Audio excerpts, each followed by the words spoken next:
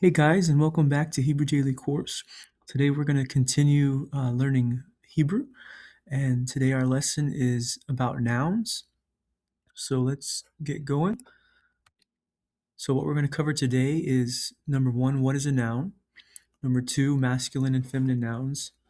Number three, the definite article. We're going to throw that in there. And then number four, making a noun plural in Hebrew. So let's get going. So what is a noun? A noun is a person, place, thing, or idea. And in Hebrew, every noun has a grammatical gender, masculine or feminine. So that is a little bit different from English. Nouns are just nouns and generally aren't associated with masculine or feminine. But in Hebrew and in other languages, we do see this popping up. So it's just something you kind of have to get used to. But let's look at some examples. Sefer, which is a book, is masculine. Ir, which is a city, is feminine. Kelev is masculine.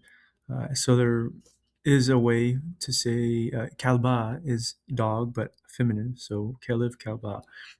Yelid is a boy, and that's masculine. Yalda is a girl, and that's feminine.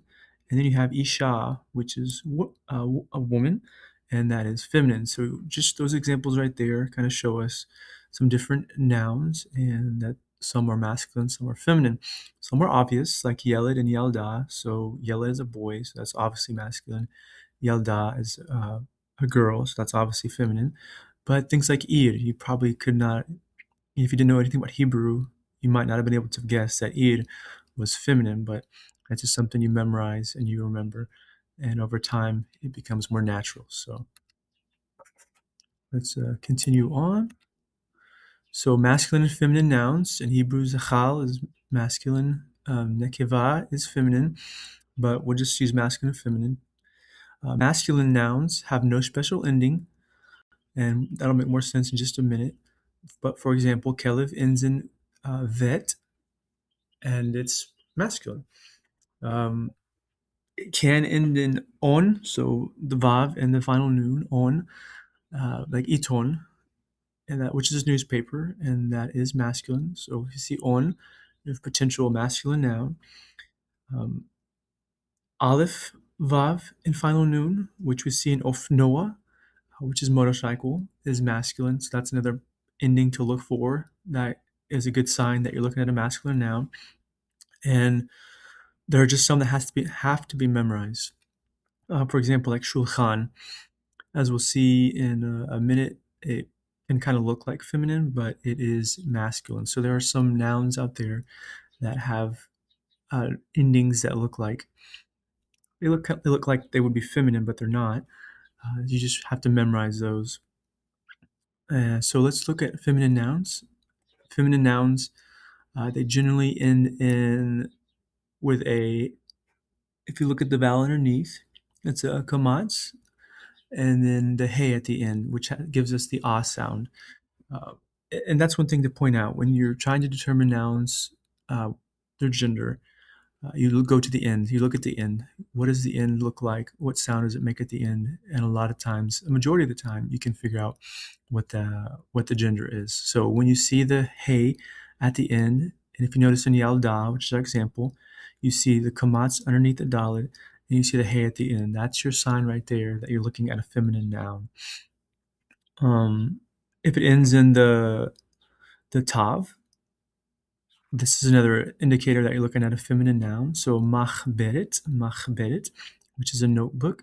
If you look at machberet, you see that there's a tav on the end. When a noun ends in a tav, that's your sign that you're looking at a feminine noun. Sometimes, so ut, the vav and the tav, ut, you're looking at a feminine noun. If you're talking about body parts, you see yad, that's feminine. So body parts are going to be yad. So yad, ozen is ear, ayin is eye, and these are generally feminine. So let's keep moving on. Let's take a quick look at the definite article. So that it's a fancy sounding term, but it's really simple. The definite article what that is in English is the. So when you want to say the in Hebrew, the Hebrew equivalent is ha. It's generally ha. Probably 90% of the time it's ha, but there are situations where instead of ha, it's he. But generally speaking, if you want to add the definite article, it's going to be the letter he, and it's going to have either the kamatz underneath, the segul, or it's going to have the patach, which gives you ha or he. So kamatz and patach both make a, so ha or he. And what you do is you just simply add it to the front of the word. It's not separate like we do in English. So if I want to say, if I want to add the definite article to sefer or book, I would say the book, and notice how they're separate. But for Hebrew, we don't separate those two. You just say hasefer. So notice how there was no pause in between. There was no distinction or separation. I just said hasefer. And that's the first example. To say the book, we would say hasefer. Remember, book is sefer in Hebrew. Hasefer. If we want to say the girl, remember yalda's girl, we say hayalda. So no kind of separation between the two words. They're together. And when you look at how they're written, you notice that the hey and the samik are right next to each other. There's no separation. If we want to say city, we say ha'ir. If we want to say a dog, we say ha'kelev. If we want to say the newspaper, we say ha'iton. So notice those examples there as to how we create the different article. The in Hebrew.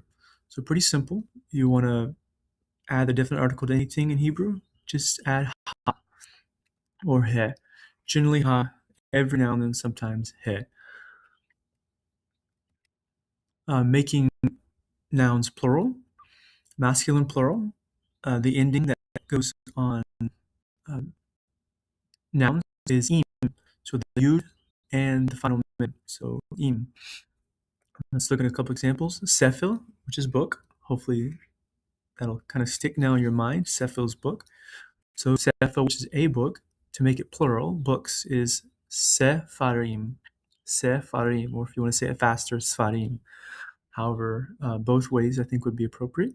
So sefer's book, sfarim is books. Kelev is a dog. Kelavim is dogs. Yeled is boy. Yeladim is boys. So notice all of them have the im on the end. Sfarim, kelavim, yeladim.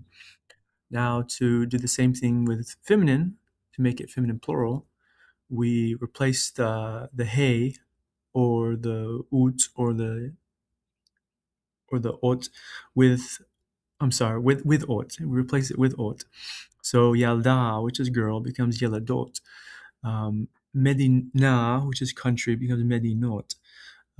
Teshuvah becomes teshuvot. So notice yeladot, medinot, teshuvot. They all have the ot sound. So masculine plural, think im. Masculine, feminine plural, think ot. So those are pretty simple, pretty straightforward. This next slide is just some vocab. We'll probably go over these in another video, but that brings us to the end of our lesson. Thank you so much for watching. Feel free to like and subscribe, and have a great rest of your day.